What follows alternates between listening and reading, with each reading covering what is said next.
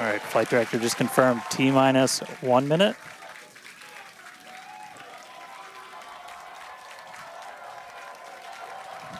Key moment to look at in 10 seconds, that T-minus 40.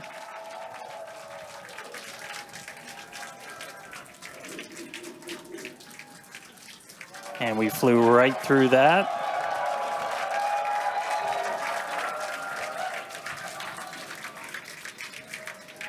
Flight directors go for launch. All right, we're now T-minus 20 seconds until liftoff of Starship Flight 6.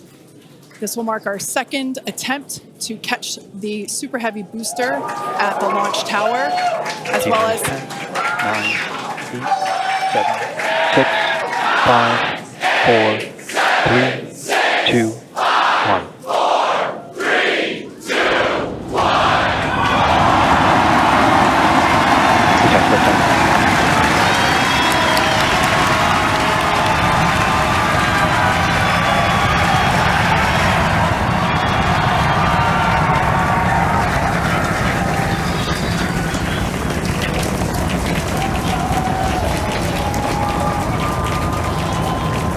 Vehicle is pitching downrange. Booster Raptor, chamber pressure nominal.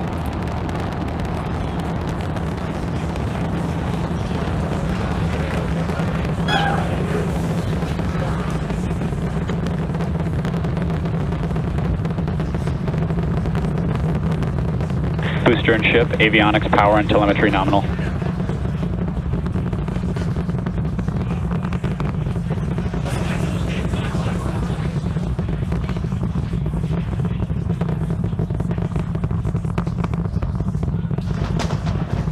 All right, we're just a little over a minute maximum into flight. Dynamic pressure. We're about 6 miles away, so all the sound's still hitting us here. Hearing good call-outs that power telemetry nominal, that's flying straight and true. We do see all 33 Raptor engines lit up on telemetry screens. At this point, we've passed through that point of maximum aerodynamic pressure, that Max-Q. Now, coming up in just a little over a minute from now is going to be hot staging. So we're going to see the 6 engines on the ship ignite while still attached to the booster. Just before that, we'll see all but 3 center engines on the booster shut down. In what we call MECO, it's most engines cut off instead of main engine. And so while we continue to watch it go up, a lot of our flight controllers looking at all the systems around the tower. Again, we have to send a manual command. Just about 30 seconds away from hot staging.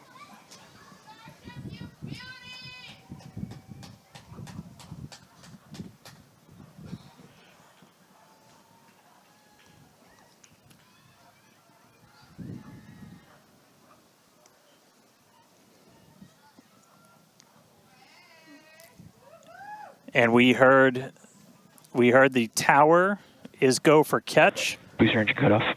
The return flag is set for true. Ship engine start up.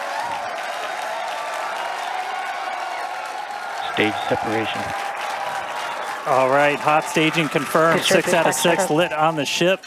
Booster boost back going. We heard that we are go for catch. Kate, Jesse, take the views. Hopefully I got a booster coming home real soon. Wow, from our view here, Dan, great views of planet Earth behind that Super Heavy booster. Right now it is performing the Ship boost back burn. nominal. Good news there, telling us that the pressures inside the ship are good. That is the second stage, or the upper portion of the vehicle. Follow along with the telemetry on the bottom of your screen. Yeah, booster is currently, Super Heavy is currently in its boost back burn. This boost back burn, Avionics, power, and telemetry nominal. this boost back burn lasts just a little bit over a minute. So we've got a little, approximately 30 seconds left. We've had shutdown of that boost back burn. Up next will be hot stage jettison. The view from the camera on the left, or from the booster on the left-hand side of your screen, and then tracking cam there on the right-hand side of your screen. We'll see those grid fins. Booster offshore divert. And we can also see that the hot stage has been jettisoned. Yes, visual confirmation of that there on your screen, which is great. Now the next Starship is following a nominal trajectory. The next step for booster is going into that landing burn. Again, it'll light up 13 of those engines and then pare down to 3 engines right before booster catch. All right, now just real quick, we did hear the call out, booster offshore divert. Unfortunately, that means that we are no-go for the catch. As we said before, both the tower and the vehicle, as well as the operators on console, have been actively evaluating the commit criteria for that return to the launch tower. And unfortunately, we did not have a pass on those commit criteria. So we are no-go for tower catch. And we did mention that we're constantly evaluating the criteria for catch. There's a lot of things that need to go well in order to line that up. Unfortunately, today we will forego booster catch today. But what you're seeing on your screen is ship currently making its way towards the Indian Ocean, still looking good so far. Exactly. So views there of the booster on the left-hand side of your screen, views of the ship on the right-hand side of your screen. Now, we said before that it was not guaranteed that we would be able to make a tower catch today. So while we were hoping for it, like we said, it was pretty epic on attempt 1, but the safety of the teams and the public and the pad itself are paramount. So we are accepting no compromises in any of those areas. Exactly, and we're still going to get a lot of good flight data with booster even, but especially with ship. Again, we have an additional objective today to do an in-space relight of a Raptor engine, which again will help us set us up for being able to do deorbit burns, which is Ship chamber pressure is nominal. which is important for orbital flights. And what you're seeing on your screen is a view from Super Heavy as it's making its way back down to Earth. Yeah, once again, we are attempting an offshore landing of the Super Heavy booster. So we have seen this before, and it is still very fun to watch, watching it come down for a soft splashdown off the Gulf Coast of Texas. We can see it there re-entering. We saw earlier those grid fins. There are 4 hypersonic grid fins. Oh, we can see that the landing burn has begun on the Super Heavy booster. And same pattern, 13 engines will light, gone down to 3 just as we expected.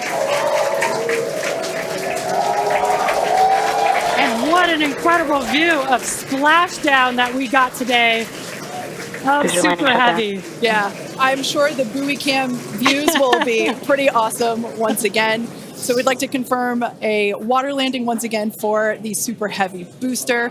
Congrats to the SpaceX team for making that milestone as well.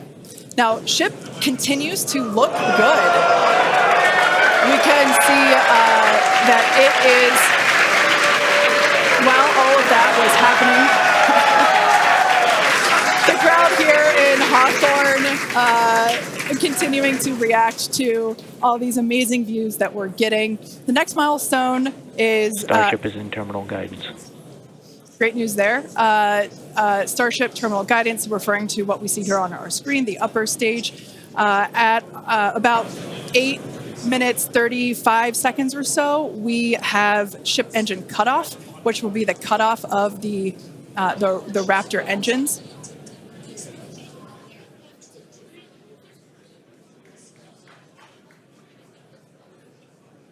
We can see on our screen ship giving us some incredible views brought to us by Starlink.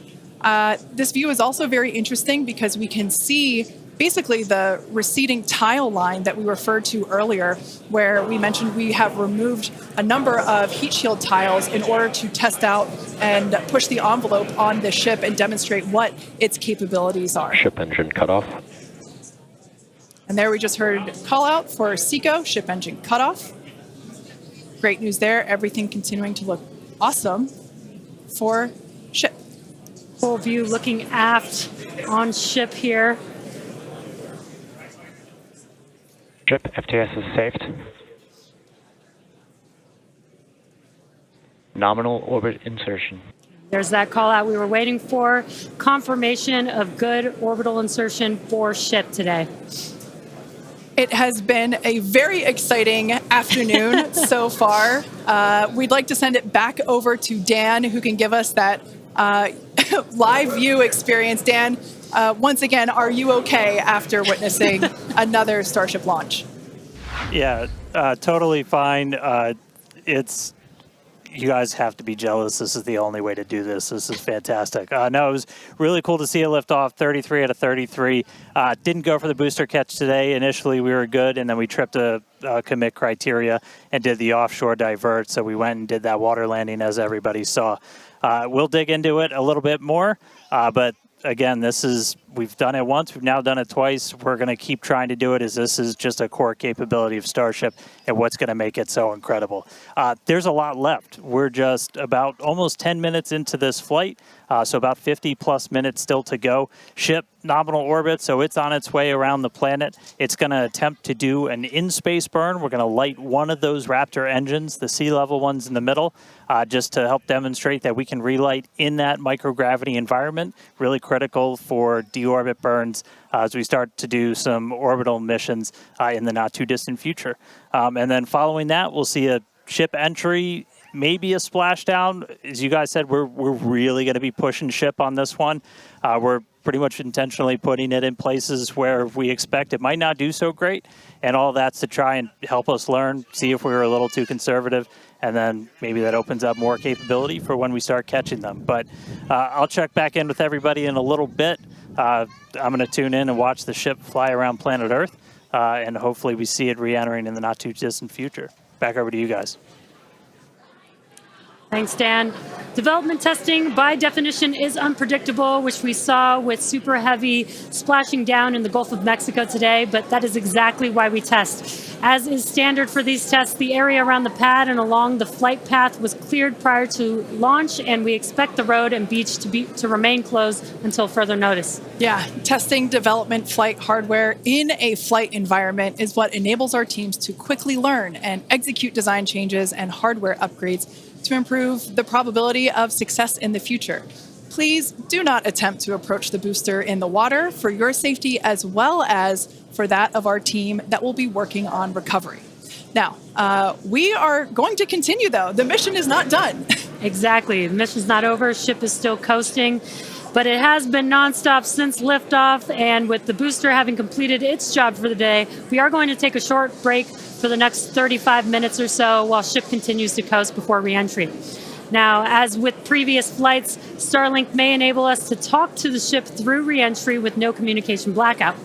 Now, we are still testing Starlink during this phase of flight, so nothing is completely certain. Yeah, so if we do have views, we will be sure to bring those to you live. And of course, one of those views include that of our, as we said before, surprise payload, the banana.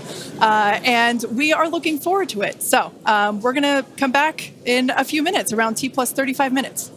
Exactly. Views or no views, we'll see you back here at T plus 40 minutes for our coverage of Starship's re-entry, flip maneuver, landing burn, and hopefully see a splashdown.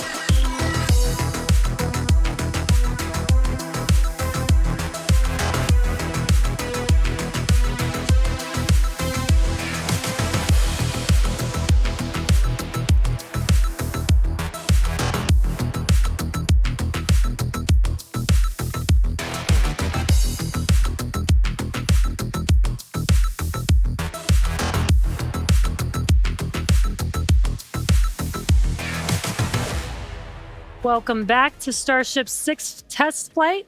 It has been an exciting day so far. We lifted off from Starbase at 4 p.m. Central Time. The Super Heavy booster and ship had a successful separation as well as a good boost back burn and good separation of the hot stage adapter. We did not attempt a return to the launch site and catch attempt today when strict criteria were not met and the Super Heavy booster executed a planned divert to a landing burn and soft splashdown in the Gulf of Mexico. Yeah, obviously we were hoping to come back to the tower, but this was a test and we knew that it was a very viable possibility. Starship is at 85 kilometers. Flaps now have control of the vehicle.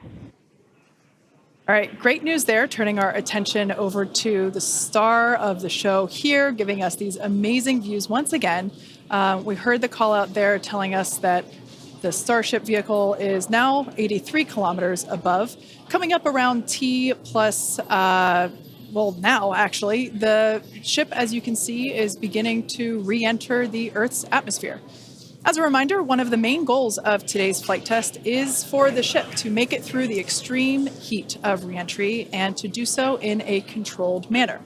Now, re-entry is typically a portion of flight where we don't have communication capability with the spacecraft because it's re-entering at or around orbital velocity, which is roughly 8 kilometers per second or about 5 miles per second. Now, at those speeds, yep, pretty fast. The spacecraft is moving through the atmosphere rather quickly, and that results in friction, as we can see that starting to happen on our screen, and this creates a plasma field around the vehicle. That blanket of plasma distorts communication frequencies, so it's not uncommon to experience brief blackouts in communication.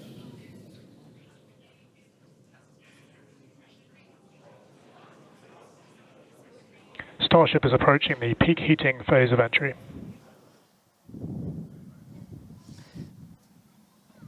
And we just heard we're getting into the peak heating phase. We're getting these views courtesy of Starlink. We've got 4 different terminals on the ship itself. It's what's really allowed us to get real-time data during what's otherwise been just a mystery box, essentially, for spacecraft design, where when you're re-entering through the atmosphere, at least getting anything in real time hasn't ever been possible before, but we're able to not just get these views, but real-time telemetry from the ship as it's coming through. Do really want to stress that we are really pushing the ship today. The heat shield is not in the same configuration as it was last flight, where we had a team of ship techs do just an otherworldly task, replacing the entire heat shield, thousands of tiles, installing a backup ablative, and that pretty much set us up to do a pinpoint landing on Flight 5. We did not do that with this one. We have some backup in those really sensitive areas around the flap, but this is an older generation heat shield. And knowing we weren't going to do that, we even went and removed some extra tiles. There are some missing tiles on the nose cone where we're testing some backups. There are some steel-covered tiles in a couple of different spots. And there's also a whole lot more steel of the ship showing. As you guys talked about, we gave it a little bit of a haircut, a couple hundred tiles trimmed off the sides, and that's where we might have catch fittings in the future. But ooh, color's starting to come in. So it looks like things are going to start heating up, Kate and Jesse. Yeah, fun fact, Dan, we actually removed 2,100 heat shield tiles from Starship in order to basically present that necessary receding line, which you kind of can see there in your view. Think back to previous flights. The heat shield line came up further on the vehicle, and just like Dan said, we want to test the vehicle beyond what we think it is capable of carrying based on our simulations and calculations. So once again, to just be super plain, don't be surprised if we see some wackadoodle stuff happen here. We won't be. There are a number of things that we are testing out intentionally to see what the ship can take. Yeah, exactly. And knowing what those limits are will really help us design the vehicle of the future. Essentially, removing those tiles helps us remove a lot of weight from the vehicle, a lot of things that might potentially need refurbishment in the future. And the goal is to come up with a heat shield pattern or design that we don't have to refurbish. We can just continue to use it over and over again. And that's why we're changing some of those tiles and moving stuff around, removing a lot of those tiles, as Kate has been mentioning. Exactly. And, looking forward to the Starship capability of the future, we want to be able to catch Starship like we do with boosters. And so the next flight, we want to better understand where we can install catch hardware, not necessarily to actually do the catch, but to see how that hardware holds up in those spots. And today's flight will help inform, does the stainless steel hold up like we think it may based on experiments that we conducted on Flight 5? Now, continuing to look, amazing views. Yeah, Dan, go ahead. Oh, I was just going to say, there's so much on this flight that we're doing to try and, make all the ships that we're about to start flying even better, just really understand what their capabilities are going to be. We've got kind of the next-gen ship lined up for Flight 7. It's got all of those heat shield upgrades and everything. And one of the things that we're going to be doing that's most interesting, and one of the reasons we wanted daylight, is we're going to be flying pretty aggressively as ship comes in. We're going to be kind of nose down. And we've done it in wind tunnels. We've done it in simulations. You might see the flaps really flapping around trying to control the vehicle. We're betting we might have a little bit more capability than we think in just the analysis, but always a chance that bet doesn't pay off. But that just helps us know what are our Starship limits. is now halfway through the peak heating phase of entry. Sweet. Halfway there. Halfway home, guys. Yeah, and if you guys, again, can follow along with the altitude and the speed of ship as it's making its way back down to Earth, bottom right-hand corner of your screen, speed is still going really, really fast. Again, as it gets closer to Earth, we'll see that altitude drop a little bit faster. It's kind of dropping pretty slow right now. And again, as we get closer and closer to literally the surface of the water, then we'll start to see that speed pick up. And if we can make it through this re-entry, we will attempt to do that flip maneuver once again and splash down in the ocean. Exactly. Like we've been saying, we are testing beyond the perceived limits of the vehicle. We want to go learn more about the ship, and this is a great opportunity to do that. So really pushing the flight hardware in a flight environment to help inform these future designs. As we've mentioned, it has a different heat shield. This heat shield is not the same generation as what we flew last time. This one is one generation older. So we are also testing out new secondary thermal protection materials. So basically, if the heat shield isn't in this one spot, can this other material protect the metal is the thinking there. Also, checking of the ship's structural strength in those areas where we're looking to add that ship catch hardware just to see if it survives entry. So yeah, as we've been saying, we've done a lot of calculations and simulations. This view right here is super cool. This is looking out from the aft engine bay, basically at the bottom of Starship. Then on the center left-hand panel, if you will, we have one of the forward Starship flaps, so one of the flaps located at the top of the vehicle. Underneath that is one of the aft end flaps, like the one that we see in the main picture there on the right-hand side of your screen. Now, these views as the vehicle continues to enter the Earth's atmosphere, drawing a crowd once again here at SpaceX and Hawthorne as folks tune in as the mission continues on. Now, the next event that we have coming up, we should hear the call out that the vehicle is transonic around T plus 1 hour and 2 minutes or so. That means that the vehicle is traveling near the speed of sound. We say near the speed of sound because there are certain parts of the vehicle where airflow is going faster and other parts where it's going slower. So it kind of teeters there on the brink of the speed of sound. So Once we have equal flow on all parts, then we'll hear it's subsonic. Yeah, and almost real quick, almost a reverse of, I'm sorry, Jesse, almost a reverse of before. We see the Earth starting to come into view. We've got sunrise there over the Indian Ocean. So this is going to look different from any of the re-entries we've had before. And it was specifically so like we get as much daylight as possible to see how ship does this. Over to you, Jesse. Sorry about that. Dan, great minds think alike. That's exactly what I was going to point out, is that we're getting a lot clearer view of the Earth in the background with the different temperatures that we're seeing, with the different colors of that plasma around the ship, which is really, really cool to see. Again, we are pushing the limits of ship today, but so far everything is looking pretty nominal. We'll see how the next few minutes goes. Yeah.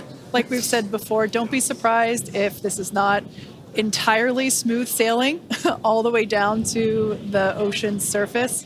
Similar to Flight 5, we are targeting the same splashdown location in the Indian Ocean, but we are not expecting to recover the vehicle.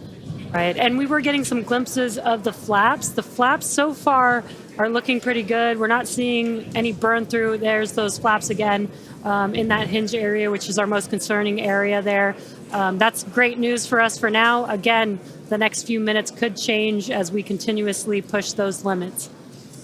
Yeah, once we slow down a little bit, once we're subsonic essentially, so I think that's about 1,200 kilometers an hour.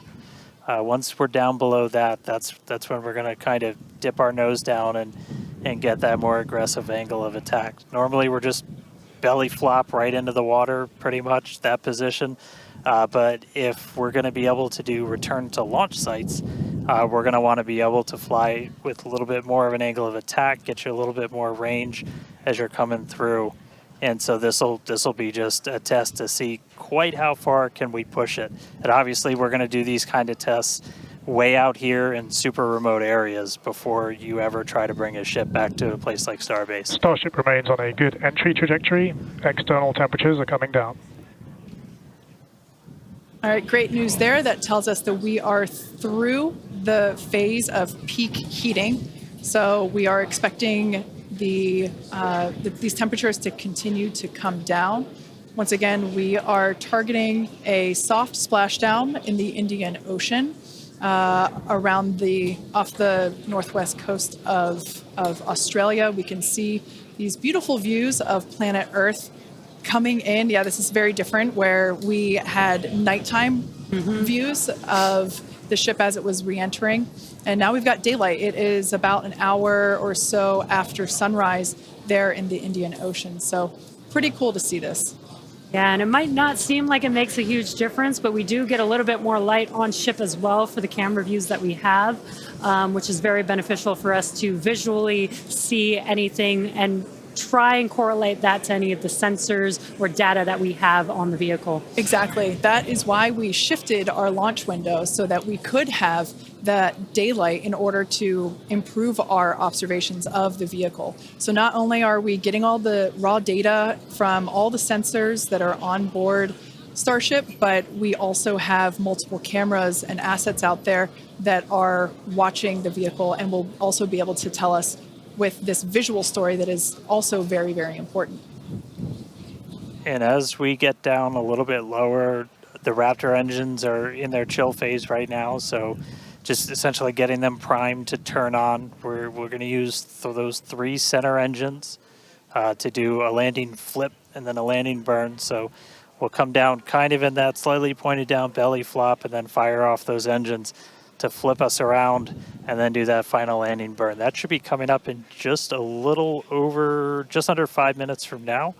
And then hopefully we start hearing some call outs on transonic and subsonic as we slow down. Again, once you hear Starship as subsonic, keep a close eye on the flaps. They're going to be working overtime essentially to maintain control of the ship as we get a little more aggressive with this.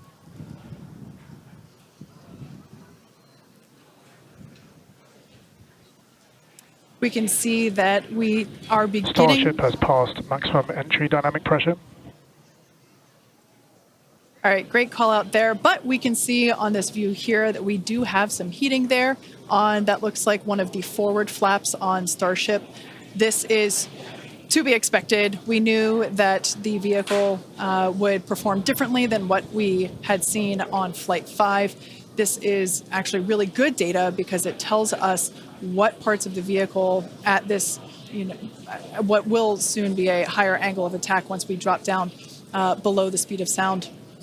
We'll have a higher angle of attack, meaning we're going to be flying nose down, basically. So yeah, this is good news, but we can actually, looks like that heating is starting to cool off there. Yeah, it's a little burn through. Again, it is important to note when we start seeing that through the ship's descent as well. So like Kate was saying, we're getting some really good data here. It looks like the other flaps are doing a little better than the one that has a little burn through, which is some good news. Again, constantly watching. We've got a couple minutes until we're expecting to make it all the way back down to Earth. Exactly. And like we said before, we are not expecting to recover the ship, although that would be great. It would be a nice bonus if it happened, but it's not really in our expectations today. We really want to push the hardware, as we've been saying, but really the telemetry and the data and the video that we receive all the way to the end is truly what we're looking for and will help inform the future designs of this vehicle. We can see some flap movement as the camera is moving around. That's what you're seeing there is the flaps adjusting. We have a camera on one of the flaps there this is the view that you're seeing there. And you can also see the graphic in the bottom. Starship is slowing down past Mach 1. And call-outs aligning with this. You can see the orientation of the vehicle starting to change. You can follow that graphic at the bottom of your screen. Again, that is why those flaps are changing. They control the orientation of the vehicle. Yeah, there are four. This is, Go ahead, Dan. Starship has started the subsonic belly flop, remains on a good trajectory. I was going to say this is when things will start to get a little interesting. So this is when we're moving slower than the speed of sound. You can see that nose slowly start to tip down, and we're going to try and maintain flap control the whole way. But we are just a couple minutes away from hopefully doing a landing flip and landing burn if the flaps can hold together. Yeah, this is such a cool view. This reminds me of when we first performed the belly flop maneuver on the high altitude test with serial number 8. We saw the ship come back through, and I always wondered what it looked like from the ship's perspective, and this perspective, I think, helps inform that. We will be, as Dan said, we will be dipping down a little further and really be flying nose first. This higher angle of attack, we're intentionally doing it to stress those aft flaps, and that will help inform the limits of flap control in order to collect data for future landing profiles.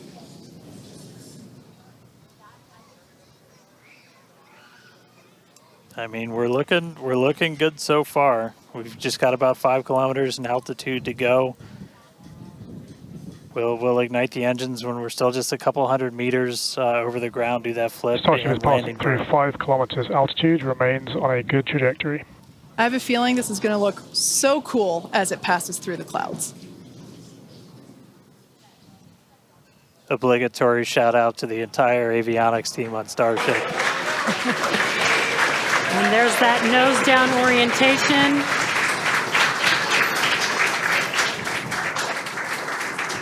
Now the Raptor engines will relight and help flip the booster back up. This is a more severe flip given the orientation. The engines will shut down prior to the water making impact, prior to the vehicle making impact with the water. Our ship is doing great so far.